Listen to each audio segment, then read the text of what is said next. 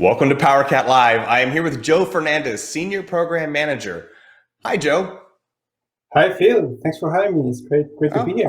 Thanks for doing this. AI Builder is one of my favorite features. But before we start looking at it, tell us a little bit about how do you join the AI Builder team and what did you do before then? Sure. So I've been on the AI Builder team since the beginning, since we launched it almost 2 years ago in June of 2019. Yeah.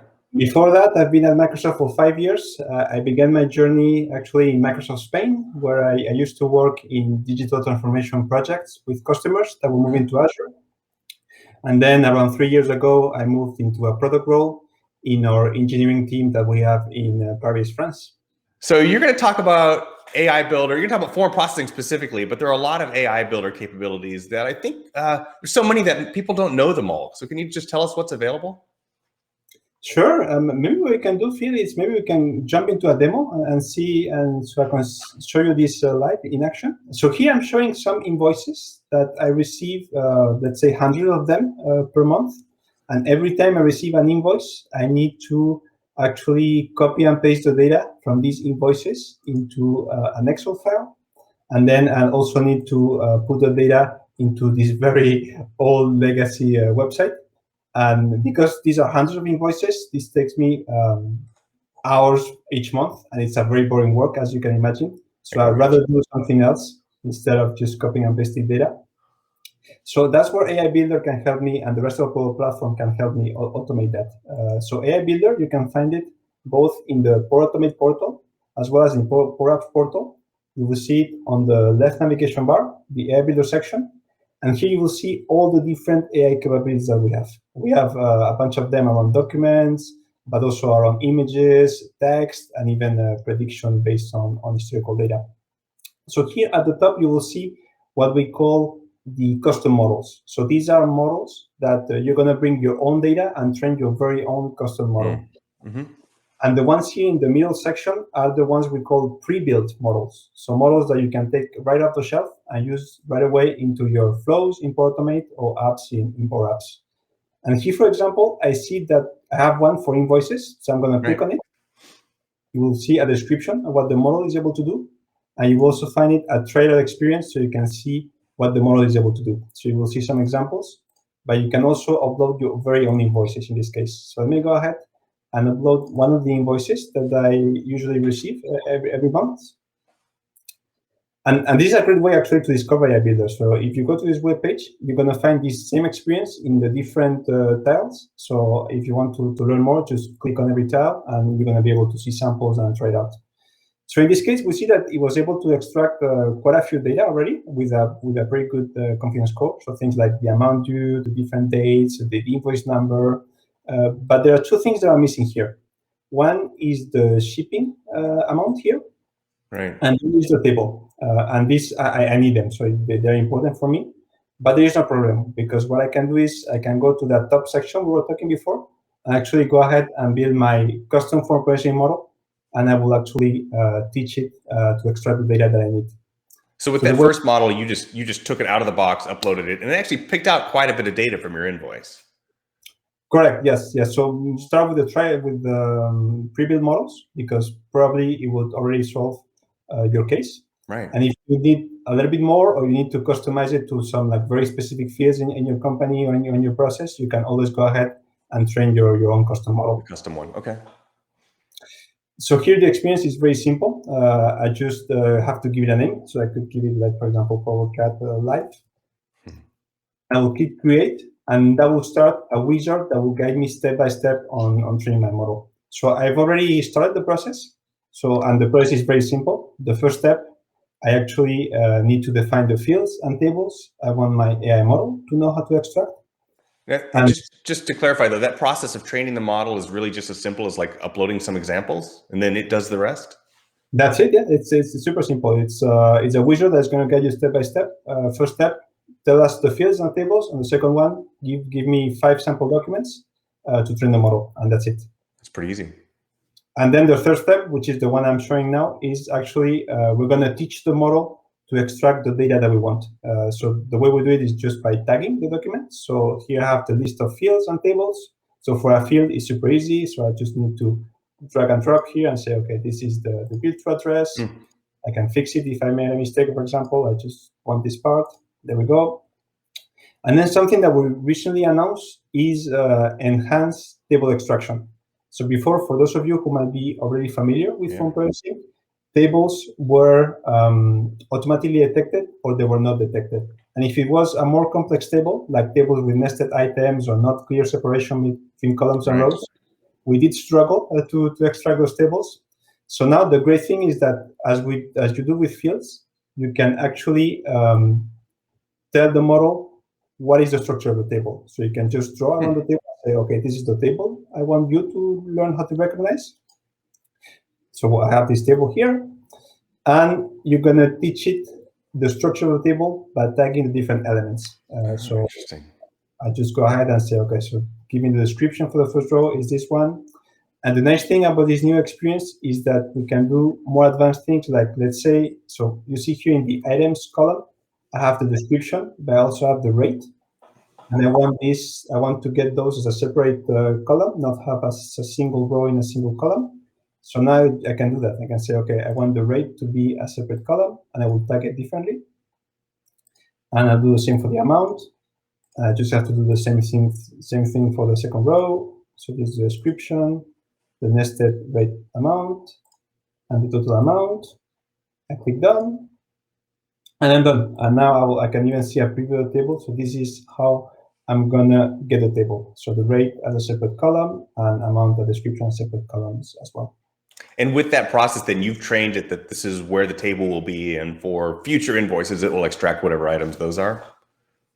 Correct, yes. So here I'm giving 5 samples, but the table then can vary in the number of rows. So you can have only 1 row or 50 rows, so the model will learn how to extract them. It's like magic.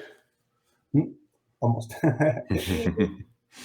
So what I would do to complete the training of the model is just tag the different documents. And once I've done that, I land into this page where I can actually test my model and see if I'm happy with the performance.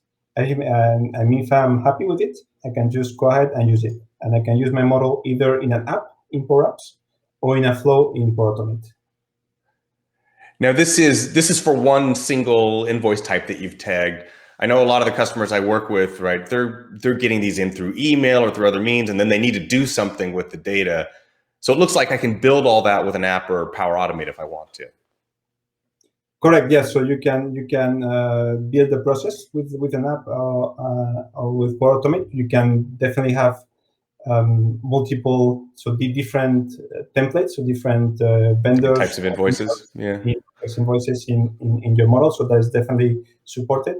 Something that we've been hearing from customers is like what you were saying, like, hey, I have my model, I understand this concept of apps and flows, but I would like a little bit more guidance on how I can set up an actual end-to-end document automation. It is a pretty common use, Yeah, so that is something that we actually released 1 or 2 months ago, is this solution that we call document automation. It's super easy to set it up. You have an install button. It takes like 5 minutes to install. You can go to the validation station. And the great thing is that this is a Dataverse solution. So this is made out of flows and a Power App. So you can actually open the solution and you can customize it based on your need. So this is the validation station. So it's a Power App. So I could customize it with my company logo, different validation rules. I can do anything I want. And also, what I did is, so remember that I was telling you at the beginning that every time I receive an invoice, I need to write it into this Excel file, and then I need to put into this website. Every company is going to have a different requirement. So what you can do is actually extend that document automation solution to do what you want, and that's what I've done here. I actually extended the solution so that every time when I review a document in the validation station and I mark it as validated, it's going to trigger this flow, and it's going to add the extracted data into the Excel file, and an RPA bot is going to put the information into the website. It's an RPA bot that I built with Power Automate Desktop. So what we can do is perhaps put this in test mode and see it running live. So let me just go ahead and put this flow in test mode. And now I'm in the validation station. I have this document that I need to review. So let's open it. And what I get is a side-by-side viewer where I see on the left the document that was processed, Right. on the right the document that I extracted. As you can see, there's this invoice was a little bit tricky because somebody actually wrote the invoice ID by like overwrote it With handwriting, right? Yeah. But AI Builder is able to detect handwritten text, and as you can see, it was able to properly extract. So it pulled out the change, even though it was below the field that you had trained. Correct. Yeah. The model has the flexibility, so every field doesn't have to be in the exact same position, but it can shift a little bit. Yes. And then here, so I can just go ahead and review the data. Everything is good. If there was anything wrong, I could just correct it. But in this case, everything is looking fine, so I'm not going to change anything. I also see the table data. So this is also something that we added recently into document automation. So the possibility to see the extracted tables. And again, everything here is looking fine. So what I'm going to do now is just go ahead and mark it as validated. So now we see that the status is validated. And now we should see the flow being triggered. So let's see. And in the real world, this would have been an invoice that came in over email or something like that, that the system automatically processes and validates? That is correct. So the way document automation is set up right now is it takes attachments from emails, from a mailbox that you configured, and it will show all of them in the validation station, where you can change it to say, okay, I trust the system and I just don't need to validate them. Or you can play with confidence score. So if the confidence score is very low, you just validate it. Or if the confidence score is not very high, I need a human to validate it. So you can also play with that. Nice. So now the flow is running, and RPA bot should be taking control of my machine and start putting the data into the website. So then what it's done is it's taken the data from that invoice, extracted it. Now it's put it in, I assume, both your Excel spreadsheet, but also into this old school website. Correct. Yeah, that's so it done it automatically for me. So this was just one invoice, but you can imagine if I get like 100 invoices per month, right. You can train a single model to handle all those different providers. So one model can have multiple different types of invoices, and then the document automation station just looks at the one model, batches it, pulls the data out. So basically, you've got only the data you need in the format you need. That's nice. Yeah, that is seriously magical. So this is pretty amazing, but where do you go from here? What comes next for this capability? Yeah, good question. So I think you're gonna see us move forward in two fronts. The first one is around AI quality. So you're gonna see our AI models get better and better over time. So for example, in form processing, we're gonna add soon support for checkboxes or in documents. So another cool feature that we're adding is signature detection. So some customers have the need to know if a document was signed or not. So we're gonna add that into form processing. And the second area is around document automation. So today we have that solution that we saw in the document. It's already pretty straightforward and easy to get started. But the goal here is to really make it super simple. So you're going to see improvements in that area to make it very simple to build that end-to-end intelligent document automation process.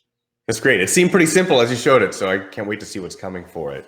Now, if someone is watching and they want to try some of this magic for their own, how do they get started? Yeah, so my recommendation would be to go either to the Power Automate website or the Power Apps website, log in, and you will see the AI Builder on the left menu. From there, when you go into the AI Builder, you can start a trial. So everything that we saw today, you can try it out for free. And as you saw in the demo, like every different card, when you open it, there is a trade-out experience, there's examples, we have a good amount of tutorials and documentation. So again, it's pretty simple to try it out, and the impact that you can have in your business can be pretty big. So highly recommended that you give it a try. Thank you so much for showing this. This is seriously magic. It's one of my favorite features. So thanks for showing it and also telling us a little bit about what's coming. Thank you, Phil, for inviting me. It's been a pleasure.